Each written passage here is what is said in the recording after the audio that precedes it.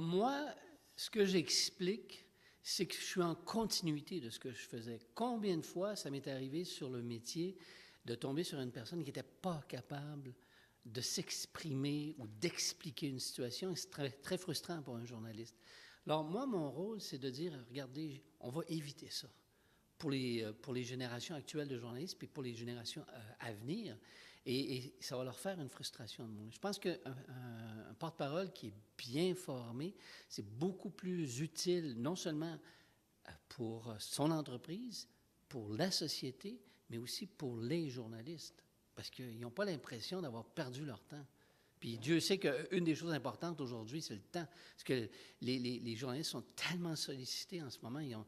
Contrairement à l'époque où moi j'étais journaliste, puis on était en film, puis qu'il fallait qu'on attende que ça sorte des laboratoires, bien aujourd'hui, ils sont toujours en ondes. Alors, ils ont besoin d'avoir des gens qui lorsqu'ils vont leur donner l'information, ça va être rapide, ça va être clair, net et précis. Moi, en tout cas, je ne me sens pas en contradiction par rapport à ce que je faisais. Beaucoup de journalistes estiment que ce n'est pas une voie naturelle que de le faire parce qu'ils ont l'impression qu'on est de l'autre côté du miroir. Mais je pense que ce reflet qu'on retourne aux journalistes, en bout de ligne, leur est utile.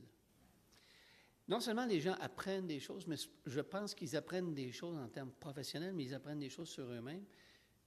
Puis le plus drôle, c'est que c'est une des premières choses que je leur explique. Quelle est la situation des médias en ce moment?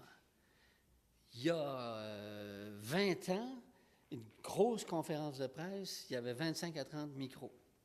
Aujourd'hui, si vous avez 5 micros, vous pouvez dire que c'est une grosse conférence de presse. Il y a eu une évolution dans le temps qui fait que chaque micro d'aujourd'hui pèse plus lourd que l'ensemble de ceux qui étaient là à l'époque.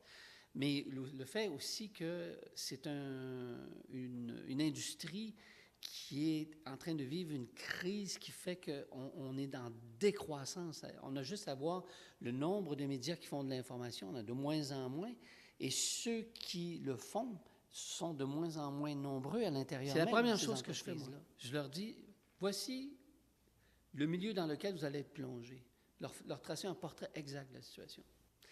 Bien, moi, c'est le sentiment que j'ai, parce que quand je quitte mon atelier, puis que je vois les sourires sur les visages des gens, puis de ceux qu'on forme, des clients, puis que je vois qu'ils sont contents, non seulement parce qu'ils ont vécu une belle expérience, mais qu'en même temps, ils se rendent compte que finalement, ils ne sont pas venus voir rien. Oui, je suis très, très heureux, moi, personnellement.